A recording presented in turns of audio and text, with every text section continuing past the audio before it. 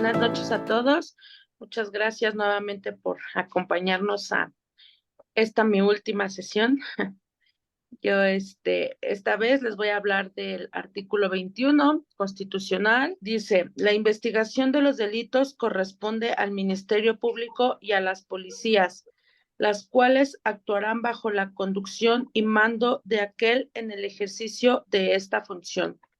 Primero me gustaría comentar que este artículo es el fundamento jurídico, es decir, es la base de la función policial y del Ministerio Público. En general nos habla sobre la investigación de los delitos. Además, como ya lo mencioné, es el principal fundamento jurídico para dichas autoridades. Es uno de los artículos más utilizados por parte de estas para poder realizar investigaciones y cateos, que bueno, a veces está mal implementado, pero bueno, esta es la base constitucional. Este primer párrafo nos habla sobre de qué va la policía, qué es lo que va a realizar la policía y la investigación, sobre la coordinación de investigación, sobre esta coordinación que puede hacerse como investigación y que solamente la puede realizar el Ministerio Público. Vaya, este es el que lleva la batuta de dicha investigación, eh, pero hay que recordar que si no hay un delito que se pueda perseguir, pues no hay investigación que realizar. Eh, Voy a continuar. Párrafo 2 continúa, dice, el ejercicio de la acción penal ante los tribunales corresponde al Ministerio Público. La ley determinará los casos en que los particulares podrán ejercer la acción penal ante la autoridad judicial. El párrafo 2 nos habla sobre la acción penal, es decir, nos dice que la carga que se realiza eh, con respecto a digamos que la carga que realiza es del Ministerio Público y este es el que debe de ejercer la acción penal. Continúa el párrafo 3, dice, la imposición de las penas, su modificación y duración son propias exclusivas de la autoridad judicial. Este párrafo nos dice que solo la autoridad judicial es la que puede imponer dichas penas. No se pueden imponer ni por los policías, mucho menos el Ministerio Público está facultado para sancionar. Párrafo 4. La imposición de las penas, su modificación y duración son propias y exclusivas de la autoridad judicial. De esto es de lo que nos habla, ¿no? Solamente ella es la autoridad facultada para imponer dichas penas. Párrafo 4. Compete a la autoridad administrativa la aplicación de sanciones por las infracciones de los reglamentos gubernativos y de policías, las que únicamente consistirán en multa, arresto hasta por 36 horas o en trabajo a favor de la comunidad. Pero si el infractor no pagare la multa que se le hubiese impuesto, se permutará esta por el arresto correspondiente, que no excederá en ningún caso de 36 horas. Este párrafo claramente lo estipula, que el máximo para poder estar detenido es de 36 horas. No se puede exceder dicho límite. O bueno, digamos que el máximo son estas 36 horas. En este caso también se puede realizar trabajo en favor de la comunidad cuando se haya cometido una falta administrativa. Continúo, párrafo 5. Si el infractor de los reglamentos gubernativos y de policía fuese jornalero, obrero o trabajador, no podrá ser sancionado con multa mayor del importe de su jornal o salario de un día. Este párrafo me parece que es muy importante y voy a continuar con el 6. Tratándose de trabajadores no asalariados, la multa que se imponga por infracción de los reglamentos gubernativos y de policías no excederá del equivalente a un día de su ingreso. Este párrafo, como les comento, creo que es importante como de resaltar, ya que digamos que no se puede exceder esta multa, es decir, no se puede imponer bueno, si una persona normal tiene un salario de 180 pesos al día, no se puede cobrar una multa de más de 10,000 pesos, porque digamos que no está bien, no es parte de la ley. Aquí lo estipulan los párrafos, ¿no?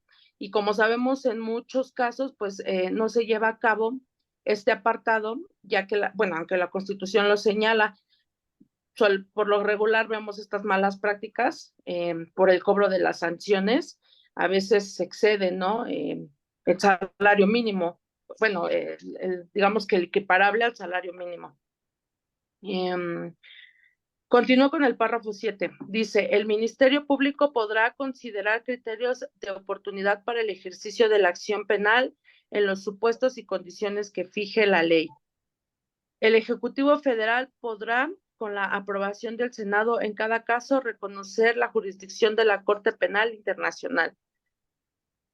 La seguridad pública es una función del Estado a cargo de la Federación.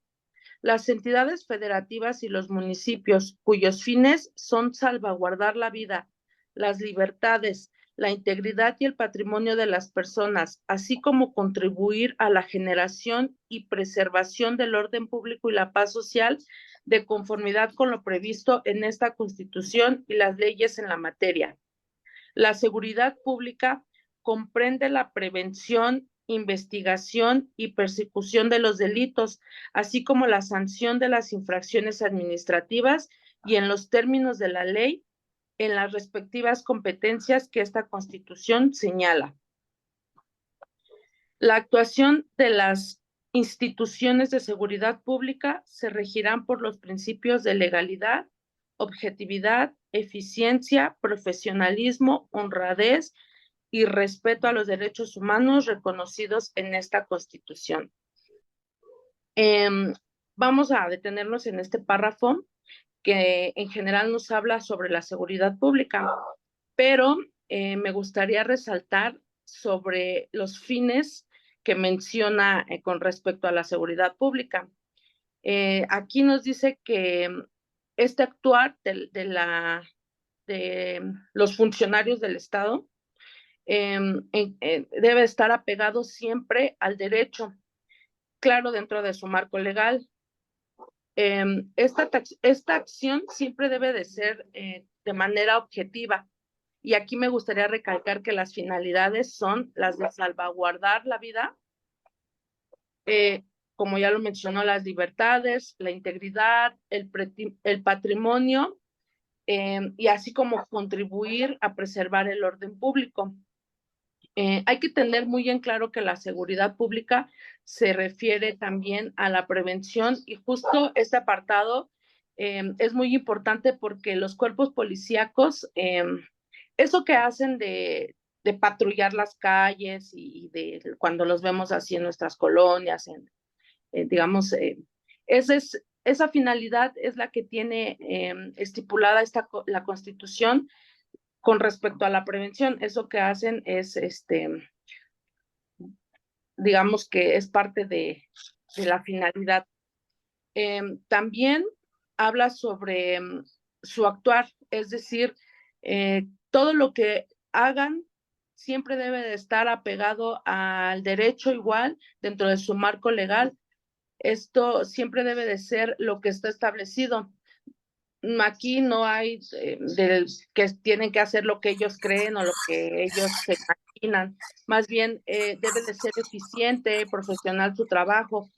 Y lo vemos aquí en la reforma del 2008, vino a apoyar esto para que el actuar de cómo llevarse a cabo correctamente en estas autoridades se hiciera efectivo, ya que pues se estaba, digamos que en el antiguo régimen se estaba actuando mal y pues aquí estaba perjudicando a las personas que eran inocentes.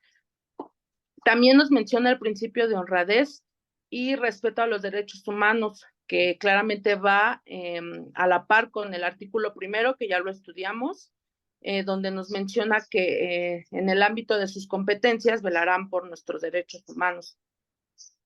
Voy a continuar con el párrafo 10 y dice, las instituciones de seguridad pública, incluyendo la Guardia Nacional, serán de carácter civil disciplinado y profesional. El Ministerio Público y las instituciones policiales de los 3 órdenes de gobierno deberán coordinarse entre sí para cumplir los fines de la seguridad pública y conformarán el Sistema Nacional de Seguridad Pública, que estará sujeto a las siguientes bases mínimas. Inciso A. La regulación de la selección, ingreso, formación, permanencia, evaluación, reconocimiento y certificación de los integrantes de las instituciones de seguridad pública. La operación y desarrollo de estas acciones será competencia de la Federación, las entidades federativas y los municipios en el ámbito de sus respectivas atribuciones. B. El establecimiento de un Sistema Nacional de Información en Seguridad Pública al cargo de la Federación, al que las entidades federativas y los municipios, a través de las dependencias responsables de la seguridad pública, proporcionarán la información de que disponga en la materia conforme a la ley. El sistema contendrá también las bases de datos criminalísticos y de personal para las instituciones de seguridad pública. Ninguna persona podrá ingresar a las instituciones de seguridad pública si no ha sido debidamente certificada y registrada en el sistema. C. La formulación. Cierra la puerta, por favor. La formulación de políticas públicas tendientes a prevenir la comisión de delitos. D. Se determinará la participación de la comunidad que coadyuvará, entre otros, en los procesos de evaluación de las políticas de prevención del delito, así como las instituciones de seguridad pública. Inciso E. Los fondos de ayuda federal para la seguridad pública a nivel nacional serán aportados a las entidades federativas y municipios para ser destinados exclusivamente a estos fines. La federación contará con una institución policial de carácter civil denominada Guardia Nacional, cuyos fines son los señalados en el párrafo 9 de este artículo. La coordinación y colaboración con las entidades federativas y municipios, así como la salvaguarda de los bienes y recursos de la nación. La ley determinará la estructura orgánica y de dirección de Guardia Nacional, que estará adscrita a la Secretaría del Ramo de Seguridad Pública, que formulará la Estrategia Nacional de Seguridad Pública, los respectivos programas, políticas y acciones. La formación y el desempeño de los integrantes de la Guardia Nacional y de las demás instituciones policiales se regirá por una doctrina policial fundada en el servicio a la sociedad. La disciplina, el respeto a los derechos humanos, al imperio de la ley, al mando superior y en lo conducente a la perspectiva de género. Bueno. A ver, mi pregunta. Entonces, ¿la investigación de los delitos solo corresponde al Ministerio Público o quiénes más pueden participar en proponer investigación, en hacer diligencias, en ordenar periciales o solicitar periciales? ¿Solo el Ministerio Público? Preguntas, ¿quiénes pueden organizar la búsqueda, no? O así lo entiendo. Pues también las mismas víctimas, ¿no? Porque, por ejemplo, hay veces que el Ministerio Público no hace nada y no encuentra a nadie nunca. Y entonces uno como víctima, pues también puede ayudar a localizar a los victimarios, ¿no? O a lo mejor estoy fuera de contexto. Bueno, la respuesta a la pregunta del doctor. Hay que recordar que conforme al artículo 21, como nos está facultando, quien tiene la potestad de la investigación es el Ministerio Público. ¿Quién coadyuga? Los policías, ¿no? Estos quedarán al orden y mandato del Ministerio Público, que ordenará las diligencias correspondientes. Como bien marca Gabriela, y bueno, se le estaba buscando la pregunta, las víctimas ofendidos pueden coadyugar con el Ministerio Público para la obtención y acercamiento de pruebas. Esto siempre lo tendrá que hacer bien al propio derecho o a través de un asesor jurídico. Recordemos que esto se da a partir de la reforma del Código Nacional de Procedimientos Penales, bueno, o la implementación del Código de Procedimientos Penales, porque anteriormente no existía, ¿no? Quien tenía la potestad y sobre todo la carga de la prueba y llevar toda la conducción y mandato de la investigación era el Ministerio Público. Una vez que se da esta reforma, no recuerdo bien en qué año fue, creo que fue en el 2008 también, sí, para lo del Código Nacional, si alguien por ahí la tiene a la mano, la busca, esta reforma. Incluso, bueno, creo que debe de venir en ese propio artículo, no lo tengo a la mano, no sé si tenga la reforma ahí, también en el párrafo. Bueno, se da esta parte de que, bueno, las víctimas pueden coadyuvar y a través de su asesor y a su juicio pueden coadyuvar en la investigación.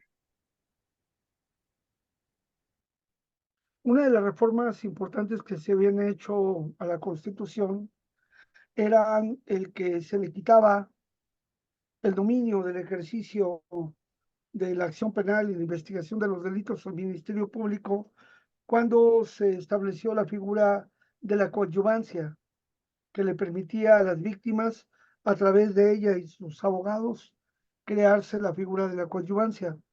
Después vino la reforma con todo este proceso de lucha de atención a las víctimas y se creó ya la figura del asesor jurídico, eh, haciendo aparentar que el Ministerio Público iba a velar por la legalidad entre las partes y el, el asesor jurídico iba a velar por la defensa de las víctimas, mientras el abogado defensor iba a ver por el presunto responsable. Sin embargo, en los cambios que hubo, ya se quita esta figura, se le devuelve toda la carga, todo el poder al Ministerio Público y más aún con la ley que establece la autonomía de la figura de la Fiscalía, cuando se transforma en Fiscalía General de la República y las fiscalías en las entidades federativas, estas como que se sustraen a la acción de, del conjunto del Ejecutivo, aunque es una instancia del Ejecutivo federal o de las entidades federativas, pero se considera autónomo. Y ese cambio nos ha traído como consecuencia muchas dificultades en la implementación de la búsqueda de la justicia y de la impartición de la justicia, por un lado. Por otro lado, hay que tomar en cuenta que este artículo 21 nos dice que las policías estarán bajo, las policías acatarán o actuarán bajo la conducción del Ministerio Público. Es decir, que muchas de las actuaciones que hacen las policías debieran considerarse nulas, por ejemplo, cuando ellas aluden que hubo una noticia criminal, que hubo una llamada anónima que les dijo que en tal lugar había un punto de venta de droga o que en tal lugar se reunían personas armadas, que en tal lugar veían que sacaban y metían a personas o que eran puntos de venta de droga, etcétera, ese tipo de cosas.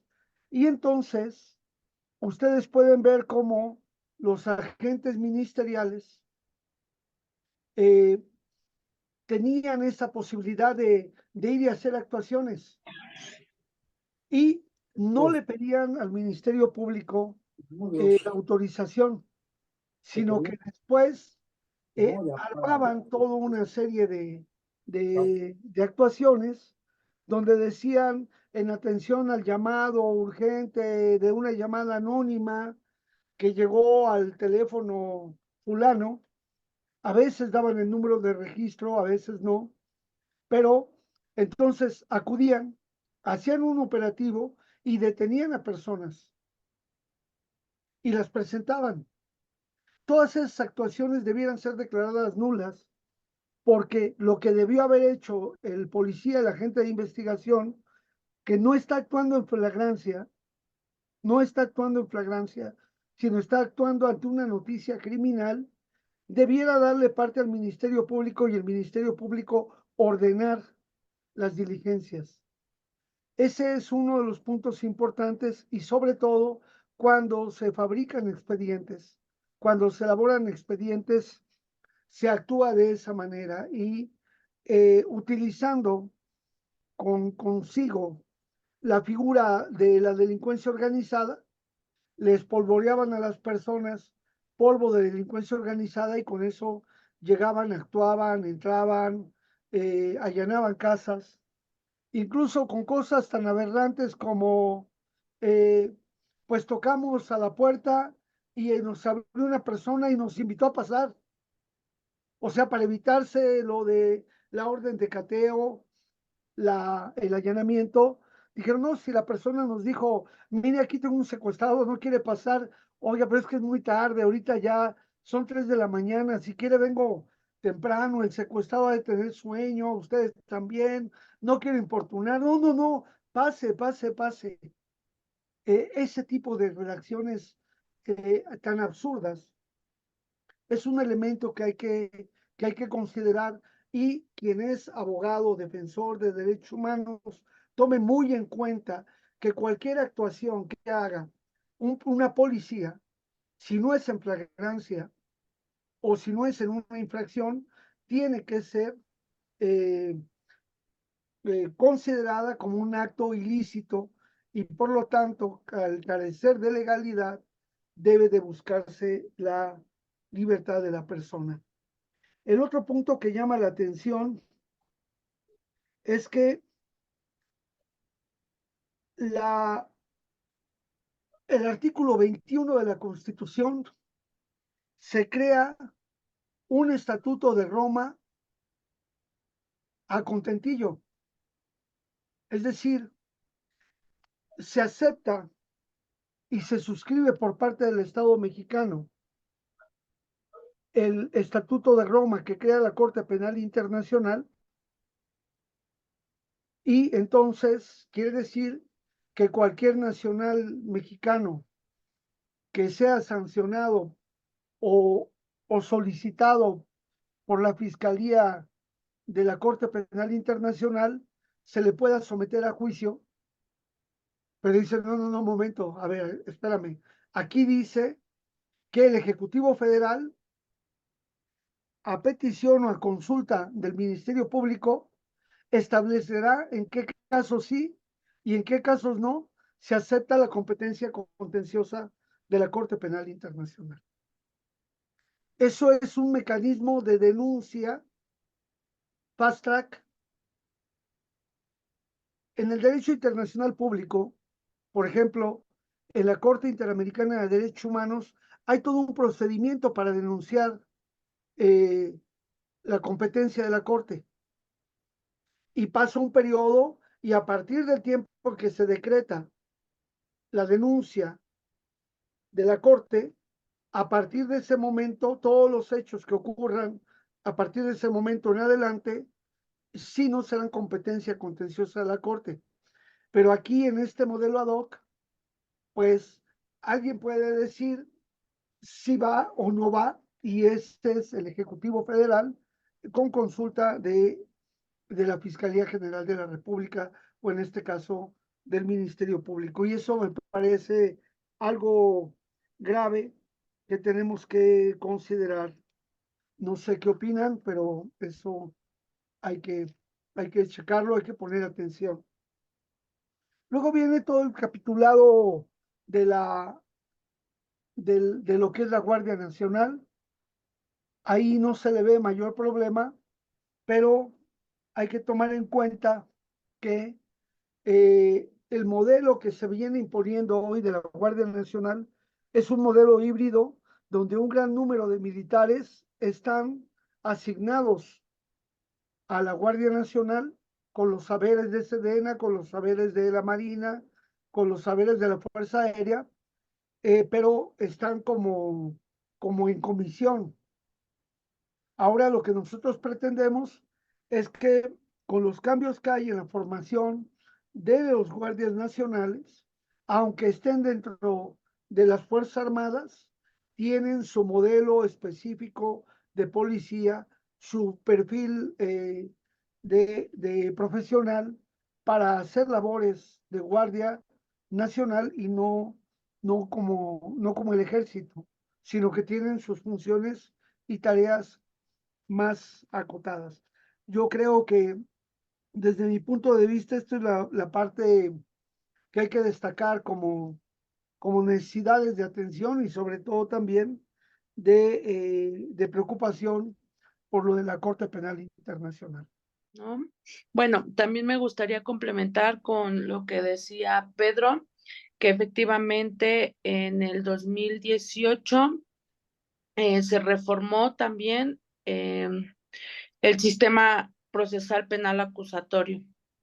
Y yo creo que, retomando un poquito nada más el tema de la coadyuvancia, creo que esto nos deja ver cómo el Ministerio Público, cuando era el único que podía intervenir en la investigación y quien le daba esa guía, pues había muchas inconsistencias, tan así que por ello actualmente las víctimas, como bien dice el doctor, en asesoría con su abogado, pues pueden coadyuvar para agilizar la investigación y creo que eso es algo muy bueno que existe actualmente, ¿no? En el sistema penal. Entonces, nada más eso quería comentar.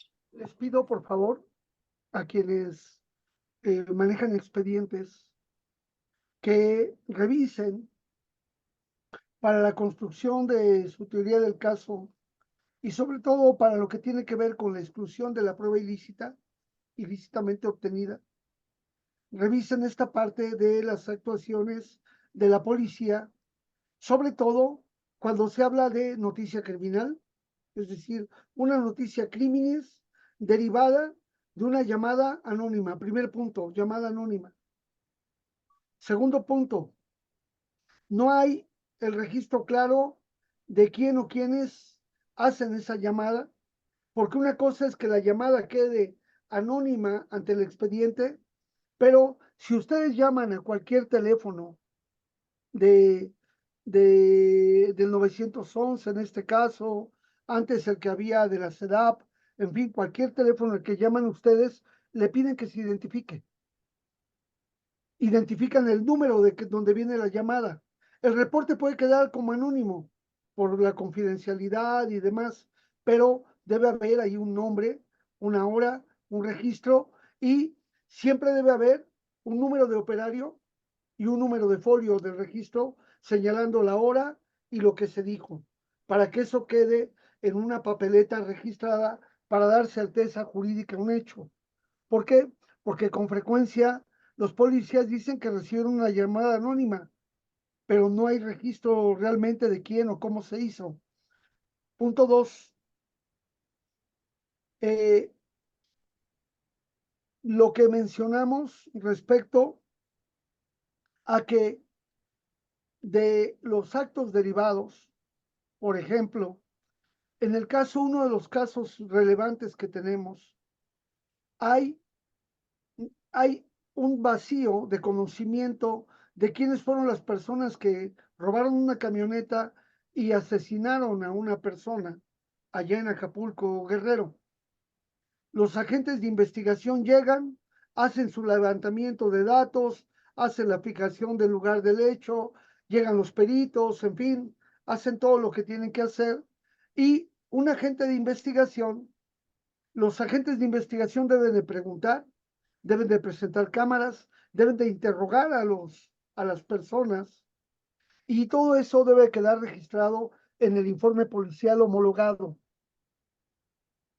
Si eso no queda en el informe policial homologado y luego nos dicen que hay una persona que fue entrevistada por esos agentes ese día, esa noche, en ese lugar, pero no lo ponen en el informe policial y luego presentan a esa persona que hace un reconocimiento indubitable de las personas que después van a ser detenidas, hace retratos hablados, hace una serie de, de datos. Eso tenemos que considerarlo también como una prueba ilícita. ¿Por qué? Porque dan una persona de identidad reservada. Y fíjense cómo lo estoy mencionando. Una cosa es que de repente alguien que vio el hecho ilícito se acerca con los familiares, vecinos, o se acerca con la policía porque vio en la televisión lo que pasó y tal, y dice, yo tengo información, yo vi, yo me fui porque me dio miedo, me fui a mi casa, qué sé yo. Pero después de una hora que los policías llegan al lugar de los hechos, al lugar del hallazgo que corresponde al lugar de los hechos, resulta que levantan sus registros, no dicen nada, y días después salen con que una persona que estaba ahí se esperó hasta que llegaron los policías para decirle, mire, yo sé todo esto, yo tal, pero tengo temor a, este, a que me vayan a hacer daño. Y ese testigo de identidad reservada va a ser utilizado para hacer coincidir una serie de actuaciones que ya están generando un efecto de, de obtención de prueba ilícita y esta cadena de frutos del árbol envenenado, que es la teoría que genera el efecto corruptor. Entonces, tomen en cuenta también ese punto, es decir, los testigos no pueden ser así testigos anónimos, y estos testigos que surgen posteriores al informe policial homologado deben, al igual que cualquier otro testigo de coartada, debe de aportar su testimonio, pero con todos los elementos que refuerzan su dicho. Es decir, yo aquí tengo una fotografía, tomé un video, aquí estoy yo y está mi familiar. Yo puedo decir que yo fui a la papelería a sacar unas copias y entonces de la papelería ya corrobora que efectivamente yo fui a sacar las copias a esa hora.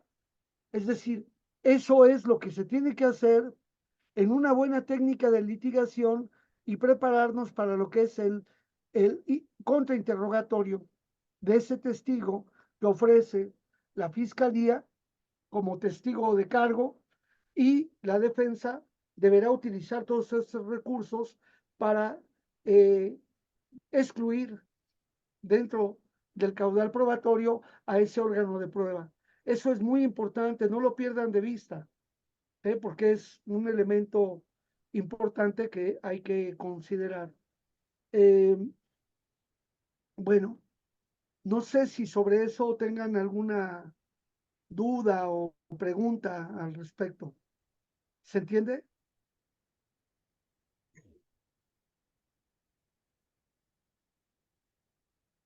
Bien. Otro punto. Habíamos ya visto que le corresponde al Ministerio Público hacer la investigación exhaustiva de los hechos. Hace unos días, nuestro presidente Pedro nos envió una jurisprudencia donde se habla que si el Ministerio Público no realiza todas las diligencias que debe de hacer para la investigación de un hecho ilícito, se puede obtener el amparo y se puede lograr la exclusión de los elementos que presenta como prueba. No recuerdo bien cómo está redactada la jurisprudencia. Por él le pediría a Pedro, alguno de quienes vieron la jurisprudencia, para que la comente, pero es importante eso, porque ellos fabrican evidencia, ellos actúan de esa manera, induciendo los testigos. La inducción de testigos, la inducción de las víctimas a hacer los reconocimientos, también es una una situación que debemos de estar muy atentos en la parte de la exclusión de la prueba ilícita. Tenemos ministerios públicos, agentes del Ministerio Público o policías de investigación ministerial que no vieron a la víctima y sin embargo llaman no vieron al presunto responsable y sin embargo llaman a la víctima para que reconozca a una persona cuando ellos no tienen la media filiación de la persona que va a ser reconocida. Es decir, hay un elemento de inducción y coacción del testigo para que actúen en ese sentido. Y ahí es muy importante que nosotros trabajemos uno de los elementos de las pruebas de identificación de personas, que es la confrontación. Entonces, les pido que veamos todo lo que tiene que ver con jurisprudencias, todo lo que tiene que ver con el procedimiento fino de cómo se lleva a cabo el método de la confrontación y sobre todo que veamos que efectivamente la persona que es exhibida en una cámara de GESEL es colocada con personas que tienen más o menos una misma complexión, visten más o menos ropas parecidas y además que esa diligencia esté el defensor particular o defensor público de quien va a ser identificado para que se vea que el método en el cual se colocan las personas para identificar y demás no esté viciado. Si la persona fue vista en barandilla, fue vista en galera, fue vista previo al hecho del reconocimiento, pues ya consideramos la prueba como ilícita. Otro punto, no es lo mismo que una persona reconozca en un álbum de personas a quien puede haber sido responsable de un hecho ilícito, a que le lleguen con una sola fotografía y le digan, a ver, mira, él ya dijo, y ya le inducen a reconocer a la persona. No es lo mismo que presenten álbumes de fotografías o de delincuentes o de policías o de personal que creen que puede estar relacionada con un hecho ilícito. Como estamos hablando de bueno, de este artículo que se dice de lo de se puede decir, del Ministerio Público, cuando me imagino que es cuando su detención y todo, ¿no? Que a lo mejor ellos pueden poner una cosa y a la hora de las audiencias es otra cosa. Por ejemplo, yo por ejemplo, bueno, mi amparo pueda meter, ¿es válido que yo pueda ir a pedir mi carpeta del Ministerio Público, de su detención y cuándo fue, del día que fue y todo eso? ¿Ese derecho tengo? Pregunto porque haga de cuenta que yo fui a preguntar a Boquitlán solicitando, bueno, preguntando, ¿no? Que sí podía solicitar, se puede decir que es la carpeta de investigación, me imagino que así se puede. Y me dijeron que no, que tengo que ir derecho al MP donde está su detención de mi hijo. Si es del nuevo sistema, sí, efectivamente tienes que ir al Ministerio Público donde fue detenido tu familiar, acudir y solicitar la carpeta de investigación. Ahí tienes que solicitarla. Una vez que ya llega al juzgado de control, oralidad, o al juzgado de control, obviamente puedes solicitarla, ellos ya también te pueden proporcionar copias sobre esta detención porque ellos ven la parte también de la detención, de cómo fue detenido. Hasta la etapa intermedia. Una vez que ya pasas a juicio, que sería un tribunal de enjuiciamiento, solamente ellos conocen de las pruebas que pasaron la verificación en la etapa intermedia. Ellos no te van a dar la carpeta de investigación que se generó anterior. Ahora, si pretendes meter el amparo en relación a la detención, bueno, a partir de la reforma, solamente en amparo se podrá ver lo que hace en juicio. No se podrá ya ver lo de la detención.